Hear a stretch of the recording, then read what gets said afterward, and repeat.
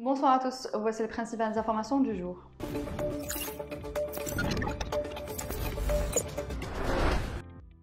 Le président de la République, Abdelmadjid Tebboune, a appelé ce mardi à Doha à tirer profit de l'expérience de l'Institut de recherche du gaz pour développer cette énergie et trouver des solutions technologiques en vue d'en améliorer la qualité. Dans son discours lors des travaux du 6e sommet du Forum des pays exportateurs du gaz, Tebboune a affirmé que le gaz naturel est l'énergie du présent et du futur, car il s'agit d'une énergie propre, flexible et accessible, voire la meilleure en matière de protection de l'environnement aux côtés des énergies renouvelables.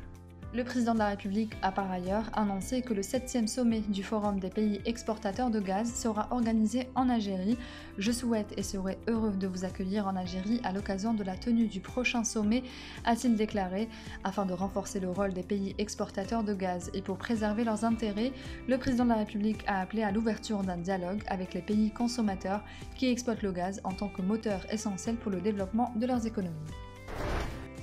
Abdelmadjid Tebboune a par la suite quitté ce mardi Doha à destination de Koweït pour une visite officielle de 2 jours. La visite du président de la République tend à consolider les relations bilatérales et à renforcer les liens profonds de fraternité entre les deux peuples frères, indique un communiqué de la présidence de la République.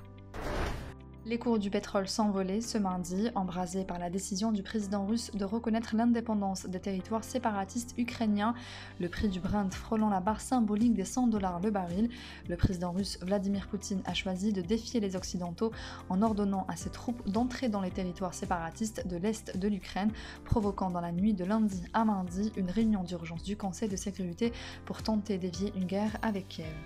Selon les analystes, l'intensification de la crise entre la Russie et l'Ukraine a suscité des inquiétudes quant aux perturbations de l'approvisionnement qui en découleraient car les sanctions risquent de paralyser la Russie, deuxième exportateur mondial de pétrole et premier exportateur mondial de gaz naturel.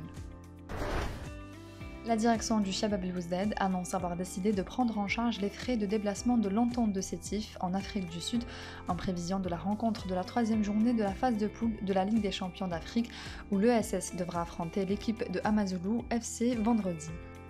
Par devoir patriotique et par solidarité entre deux clubs de football algériens qui entretiennent des relations de fraternité, le Shabab el-Ouzed a décidé de prendre en charge l'ensemble des frais de location d'un avion spécial qui sera affrété par l'entente de Sétif pour Durban en Afrique du Sud, a indiqué le CRB.